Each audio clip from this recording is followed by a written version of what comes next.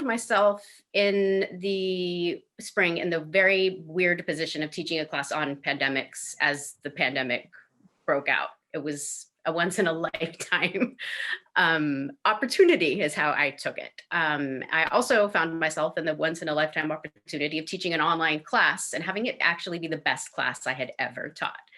I think that is not what I'm hearing from most people. And I credit that with playing these games. The first class in the spring, we had started by playing one of these games right before we went online. And as I asked students about community building and what we could do to maintain the community that we built, they said that they felt like we were in a good place because we had played that game and bonded with each other by this role-playing, this immersive role-playing experience. So I made the decision when they asked me to reteach this class for the summer, starting online, that the first day of class, we were just gonna dive in and play this game. And it was a gamble because we were gonna have very little actual interaction with each other as we truly are. We were gonna just start off playing these role-playing games. So I gave us one afternoon to get to know each other. And then the next day we dove in to playing this game. It was a game on the Black Death. And we had never met outside of this experience. And we're all still talking with each other about how much fun we had playing this game. I've had students are telling me that they're still hanging out on Zoom and they still have inside jokes related to the experience of playing this game. So I definitely, we had a community in this class, and I 100% credit it to the experience of playing this game. So I want to talk with you a little about what these kind of games are and show you some examples of them. So I'm going to share a screen and show you a little PowerPoint that I have made up here. All right, so can you all see that? Yes. Okay. All right, so reacting to the past can be whatever you want it to be. There are published games, but you can also make up games. So I'm going to show you some examples of both. But basically what you need is a specific situation to respond to, and every student will have a character. They need to have a specific objectives, so you can set characters' objectives up against each other. You can have them join factions with each other. But once you've set this up, you step back as the professor and you are gonna let students run this game, which is, I think, a big reason why this is so successful and why because it demands engagement from the students. It doesn't work if you are getting involved. So there's no scripts. Students are given ahead of time primary or secondary sources to read, and they're given their character sheet with their objectives and some biographical facts. Then it's up to them how they are going to respond to this situation that you have put before them. So depending on how long or short of a game you would want to play, it is up to students to consider how the ideas that they start with from the sources are going to form, evolve, depending on the factions that they choose to make and the compromises they choose to make. So I will show you some examples of the wide variety of games that are out there. Some of them are long-term games that are meant to be played over the entire course of a semester. I myself prefer the short games where you would devote maybe a week or two to playing a game.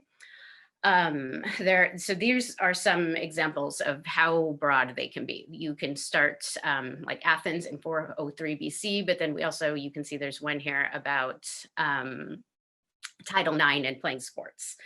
So you name a topic, there'll be a game about it. I think there are probably 3 dozen or so published games. There are several more dozen unpublished games. And then there's a whole separate website of STEM games.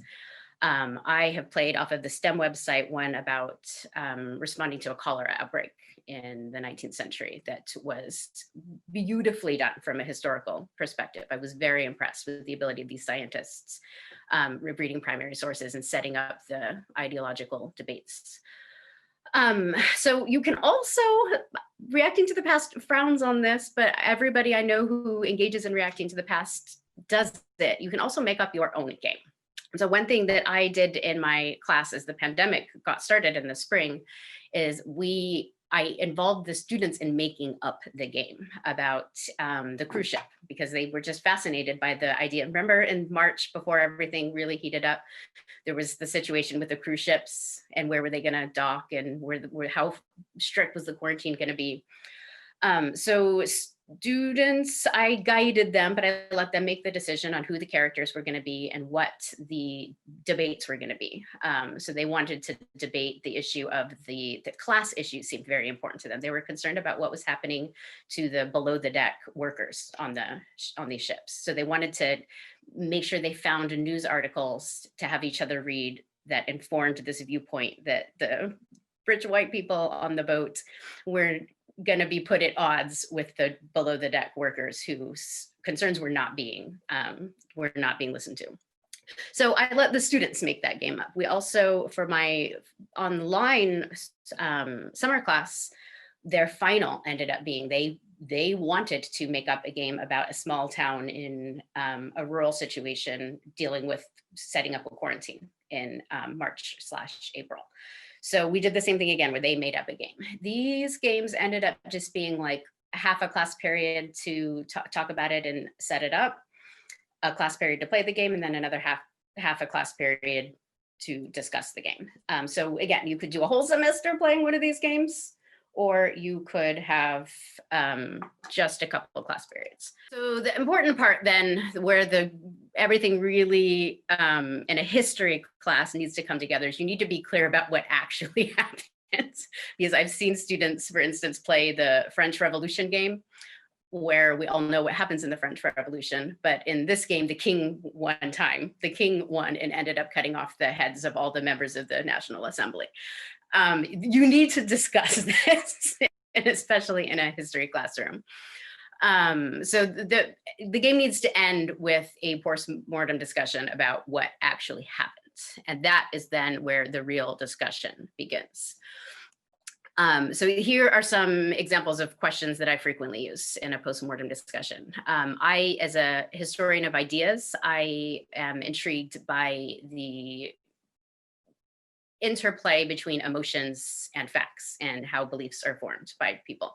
And students tend to jump on that, tend to get struck by the idea that the personality of my character ended up informing a lot of the positions that I took. I was made to understand that this was a stubborn person, so then I made the choice that I wasn't going to compromise with anybody. Or I understood that this was a old-fashioned conservative person. My character had been married one time, whereas all these other characters have been married frequent times. So that this history and this personality trait puts me into conflict with them. So they're taking these personality ideas and that's trickling into the beliefs and the actions they take. So I like to engage that in the discussion. We also tend to discuss a lot about the joining of factions and who joins what factions and why is an important part of the discussion in my experience.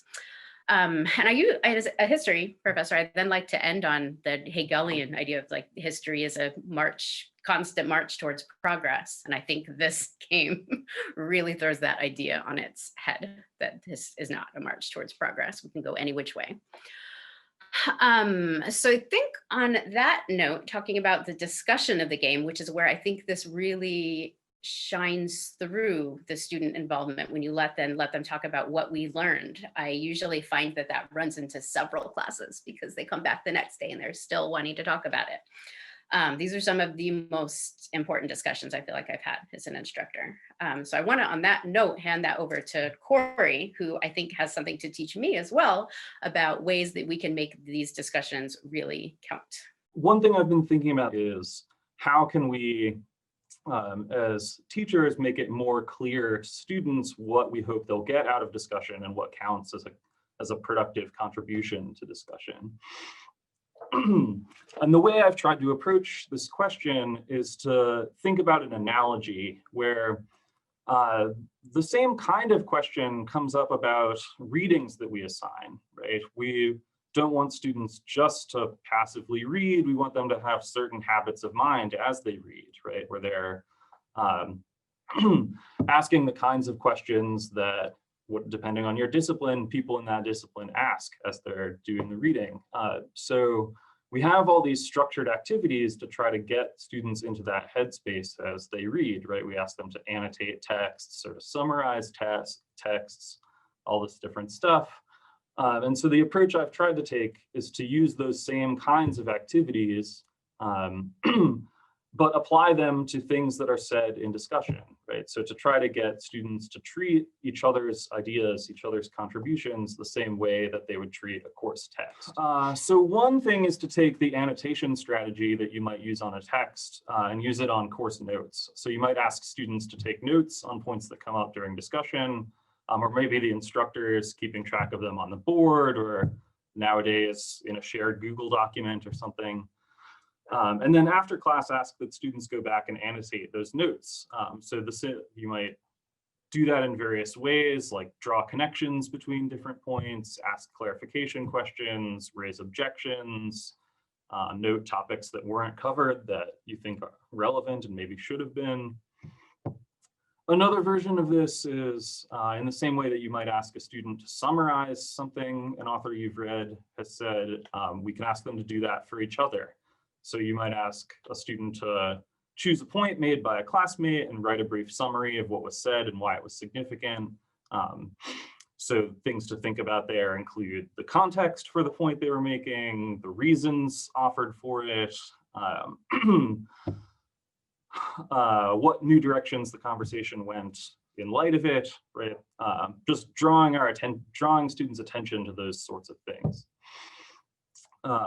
Another possibility is what I've called discussion reflections. And these are sort of the opposite of where you might, in a familiar type of assignment, you might ask students to raise some questions in order to prepare for class. Here, do the same thing, except they're raising questions about what they just did in class. So in these, students write brief reflections on how the discussion they just had changed their thinking. So are they more or less confident in their views? Is there evidence they hadn't considered prior to having this discussion? Are there topics that now seem relevant that they didn't see the relevance of before? These are all the sorts of things people could think about in a reflection. So those strategies are all, what binds them together is they're directing students to take each other's contributions to discussion seriously.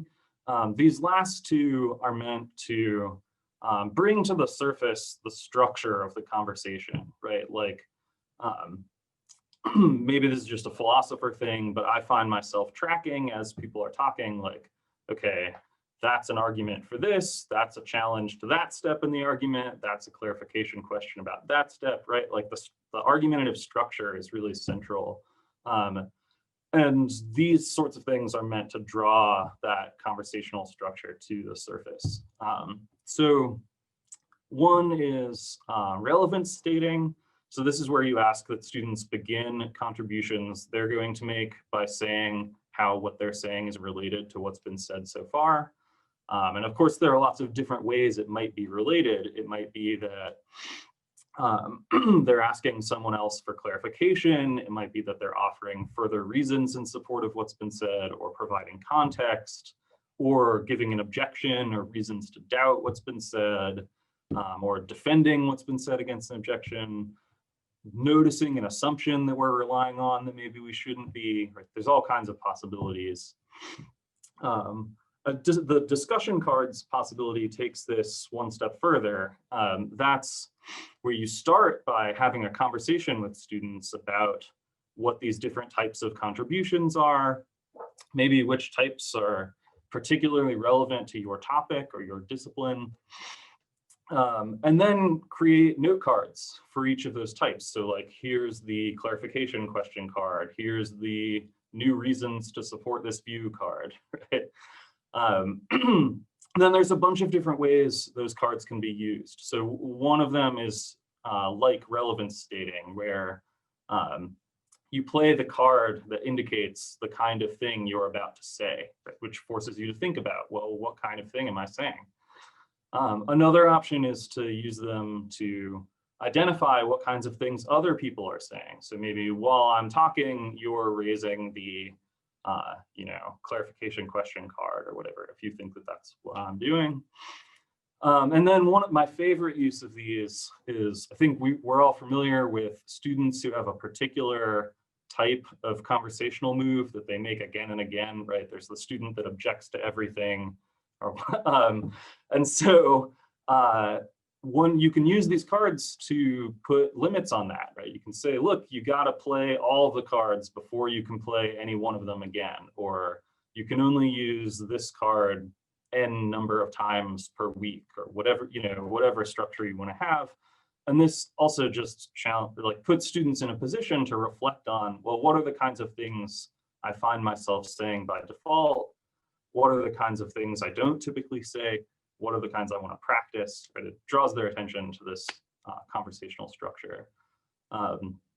So those are all activities that I have tried and have had success with, but